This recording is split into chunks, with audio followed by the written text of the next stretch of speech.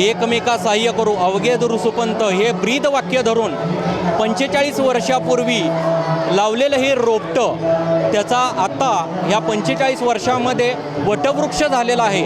200हून अधिक कार्यकर्ते, ढोल पथक, झांज पथक, लेझिम पथक आणि सर्वात महत्त्वाचं म्हणजे मंडळाच्या वतीनं राबवले जाणारे सामाजिक उपक्रम. अगदी 1993 सालच्या प्रलयंकारी भूकंप असू द्यात, कोल्हापूर सांगलीमधील पूरपरिस्थिती असू द्या, चिपळूणमधील पूर असू या सर्व ठिकाणी मंडळाचे कार्यकर्ते हे धावून गेलेले आहेत व तेथील बचाव कार्यासाठी मंडळाच्या वतीने मोलाचं सहकार्य केलेलं आहे.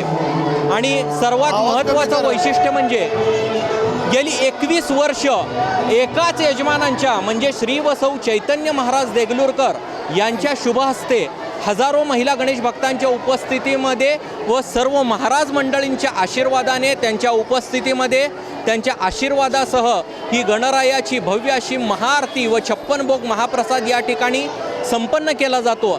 या महाआरतीचं वैशिष्ट्य म्हणजे 21 वर्ष एकच यजमान श्री व सौ चैतन्य महाराज देगलूरकर व सर्व महाराज मंडळी ही सर्व या ठिकाणी स्टेजवरचे उपस्थित असतात.